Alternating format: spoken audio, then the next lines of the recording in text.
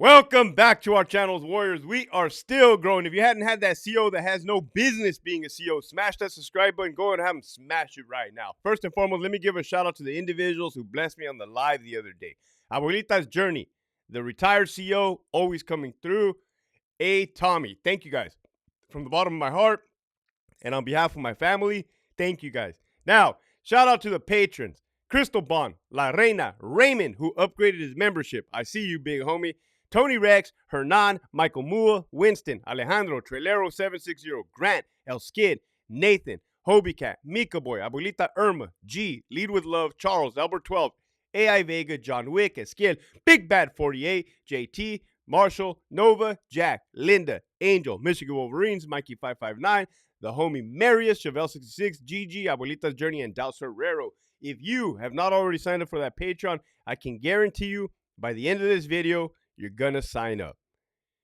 This episode right here. Well, Hector, why you be saying by the end of this video you're gonna sign up? Hit the link in the description below. You're gonna see something that you've never seen in the history of anything, right? Oh my God. That's what this whole episode is about. You guys don't know this, right? But for the last 11 minutes, I was fucking talking to the episode, and I forgot to hit the record button. So I'm a little winded right now. Your boy's face is a little beet red. So here we go. The episode for today is, did it or did it not happen, Hector? That is the $1 million question. You guys know I worked for the California Department of Corrections for 16 years as an officer, sergeant, and lieutenant at two different prisons, Centinela State Prison and the hell on earth Richard J. Donovan Correctional Facility, RJD. Motherfucking place is cursed. Cursed, cursed, cursed, which is the whole point of this video, right? So throughout your career, you're going to hear shit, and you're not going to believe it. It's going to be so unreal that you're not like, nah, no way. Fuck no. It didn't happen. I don't believe you. Go to hell. Culero, de la verga, puto, mandilón, right?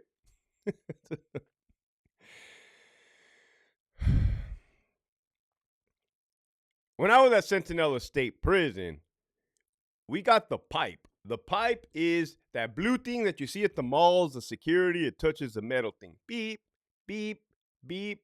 And I've shared this on another story, but this is all collaborated right here. This is all a consolidation of all the bullshit that has happened in the CDCR. Not all the bullshit, because that would run out of material, right? Or wouldn't run out of material. However it goes. Well, I'll be damned. The whole point of that stupid fucking thing was to ensure that the inmates are alive and kicking, and you're doing a security check, right? It logs it into a computer. You may have had a CO that gave the pipe to the inmate, open up the food port, and let the inmate stick his hand out of the fucking thing and check himself. Yes, that happened. All right, that absolutely happened.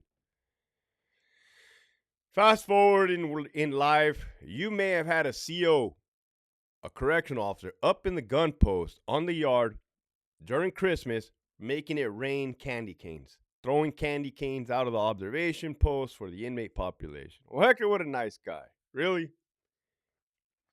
I'm getting a crick in my fucking neck. Oh, I'm getting a crick in my neck. What I could use is an inmate to crack my neck. Not so fast, Hector. You gotta walk before you can run. You're right, guys. Don't trip. Remember that I said I had a crick in my neck. Fuck me, man. You had a motherfucking CO throwing candy canes. Now, he didn't get fired. The sergeant in charge of him got fired. Great sergeant, too. Unfortunate, bullshit, buffoonery. Right. That's one. You may or may not have had an officer get a foot rub at the podium. May or may not. Right. By an inmate. Not by his sancha. Not by a side piece. Not by a partner. This, right. When I was at Centinela, we would hear stories. We would hear stories of officers that transferred to Donovan, and they transfer right back. Their eyes are huge, and they're like, don't go over there. Don't go over there. We're like, well, what'd you see? How bad is it? Don't go over there. One thing they said was that one officer, when he transferred over, he saw an officer sitting at the inmates area with his stab resistant vest off and an inmate giving him a back massage. And I'm like, nah, no way. No way, bro. No way in hell, right? This is something that your brain cannot process. So you just say, no way.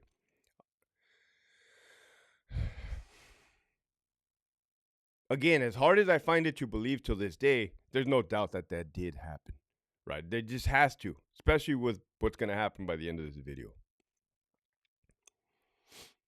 You may or may not had an officer give a heavy hitter from the Santa Monica area a mazapan. Well, Hector, what the hell is a mazapan? Doesn't matter. You hear what I just said? A mazapan is a Mexican candy that is like flour, sugary type, and it melts in your mouth, not in your hands. The fuck is that, an M&M? No, it's a mazapan, right? The whole point I'm trying to make, man, is there is lines. There is a line in the sand. There is a line in the concrete that the guards and the convicts of the 1950s, 60s, and 70s drew in the line, right? They shedded a lot of blood. Shed a lot of blood, right? Through experiences, through mistakes, through through ego. That is a hard-etched line in the sand. They were throwing each other off of tiers, shooting each other with mini 14s and 38 revolvers. It was a wild, wild west. A lot of blood was shed. That's why a lot of policy was indoctrinated. A lot of training, policy, procedure, tactics, like for the betterment, for the safety. But nevertheless, there is a line. That line is you don't become over familiar with an inmate, with a staff member. I say with an inmate because inmates are going to do what they're going to do. It's in their best interest to gain one over, to get one up, right? Because you're only going to gain stuff, whatever it be, dope, mazapan, candy canes, whatever the fuck, right? As a staff member, you should know better. You should know better. Again, California Department of Corrections is the third largest law enforcement agency in the United States. First and foremost, I want to say it's NYPD, second Border Patrol, and then third California Department of Corrections. Right. That line. What? Not that I was a dick. Hector, you're not a dick, I can tell. But I'll tell you what. An inmate should never lay a pinky on you. Right? An inmate should never lay a pinky on you. And really, you shouldn't be putting your hands on inmates unless you're doing a pat down, a closed body search, an unclosed body. Well, you don't really got to be touching them if you're doing an unclosed body search. You'd be touching the clothes, right? But, right, you ain't going to be pushing no inmate. You ain't going to be doing nothing fucking sideways. That's for damn sure. Hector, get to the damn point. All right, here we go.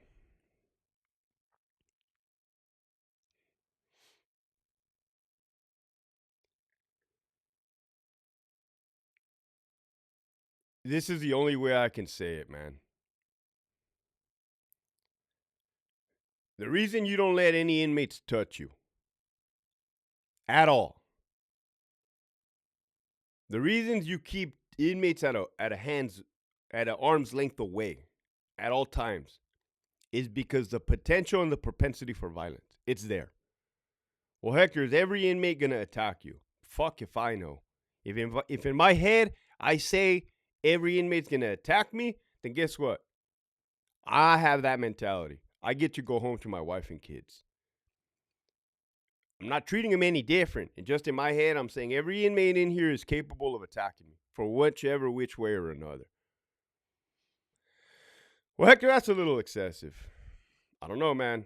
I know, again, just because I worked at only 2 prisons doesn't mean I don't know of other incidents that happened at other institutions. You had Calipat, right? You had that white officer that got slit his fucking ear to ear with a razor blade. That looks horrible. That is dangerous. You could fucking die from that. Clearly. I've seen the violence of inmates commit other acts of violence on other inmates. Not giving two fucks, stabbing them up all about throughout from this side of the neck, right here, under the armpits, in the chest area. I've like pit bulls, right? So therefore, as a safety precaution, you keep them at bay. You keep them at bay. You're professional. You're courteous. Courteous. Hey, all right. Hey, what's up? Good morning. Buenos dias. All right, all right. Everything good? Cool. Just like that. Like, hey, you're talking to them, right? But I'll be fucking damned if you let them put a finger on you. They know that. They should know that. You know that. Your partners know that. Your supervisors, your managers. This is who's failing. The managers. Of course they're fucking failing. They're painting a facade that everything's honky-dory. That we have giraffes, walruses, sea lions, dogs that bark, horses, and that the inmates are not capable of attacking you or hurting you. Therefore, it's blurring lines. It's a recipe for disaster.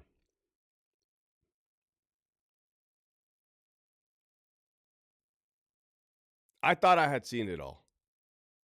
Right. And just when you think you've seen it all, you're never gonna believe it. And you're always gonna see something worse.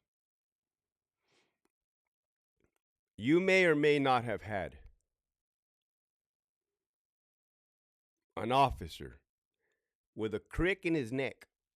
You know, sore neck. You know when you sleep wrong, your neck gets stiff. And you may or may not have had an inmate in blue say, "Oh, don't trip, man. I got you. I've been doing this for years. Come here, youngster." Get his fucking head. Get the fucking head in the chin and go like this. And crack the little young CO's neck. Right. I know what you're thinking, Hector. No way. No way. What did I tell you guys in the beginning of this video? And here's where the problem is. I know the yard it's on. I know the captain that's on that yard. And I know the AW. There needs to be an emergency meeting at that prison. But they won't do it. They won't do it. But this is what needs to happen. And the warden, the AWs, and the captains need to say this. I don't know where the fuck you think you are, but this isn't Starbucks. This isn't Disneyland. This isn't Knott's Berry Farms, right? And again, it is not to be disrespectful to inmates. That's not what I'm saying. I'm not saying treat the inmates like dogs. Give them bread and water, like in the military when you fuck up and you go to the brig, they give you bread and water from what I heard. What I'm saying is, you do not let an inmate lay a fucking pinky on you, okay? Because in the past, officers have gotten stabbed. And this is making me sick right now because now I'm just thinking back to everything. Punched, headbutted, kicked, bit. Man, I had homies that got flesh ripped out of their fucking skin.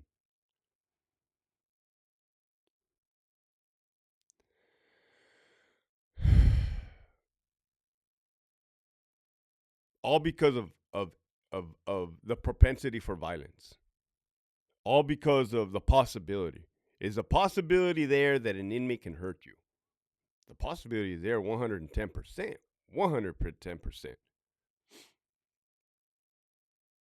Well, Hector, aren't they trying to go home? Aren't they trying to parole? Aren't they trying to get action? Listen to what the fuck I'm telling you. The only thing I'm telling you is do not let an inmate lay a fucking pinky on you.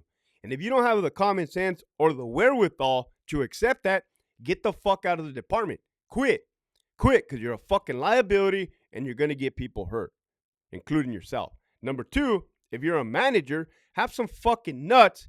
Get the fuck out of your office. Go out there and address the fucking staff, you cowards, spineless, backbone not having fucking.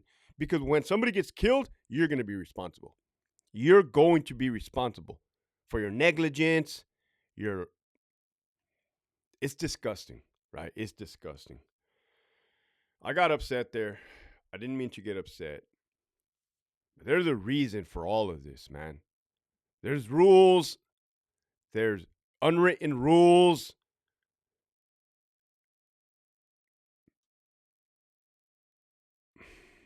Where the hell is happening, man? I'm gonna need you guys to tap in again.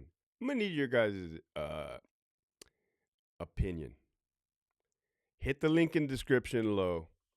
Sign up for that Patreon and send me a message. Keep pushing forward.